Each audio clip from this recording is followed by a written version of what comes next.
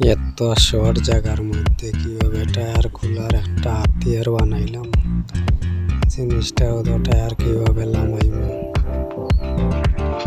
একটু গাতা মারলে পুরো টায়ার লামাই। হয়তো কেউ কইতে আর টায়ারটা এমনি তো লামে, কিন্তু যারা টায়ার লামাও তারা জানা আছে টিউবলেস টায়ার লামাইতে কতটুকু কষ্ট হতে লাগে। যার কারণে বানাইলাম। টায়ারও খোলা শেষ হওয়ার পথে।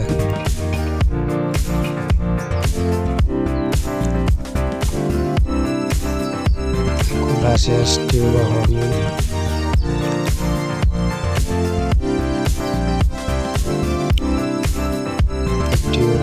নতুন টায়ার লাগাই।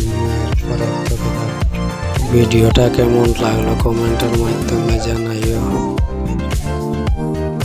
ভালো লাগলে একটা লাইক এবং শেয়ার, ইউটিউবে দেখলে সাবস্ক্রাইব, ফেসবুকে দেখলে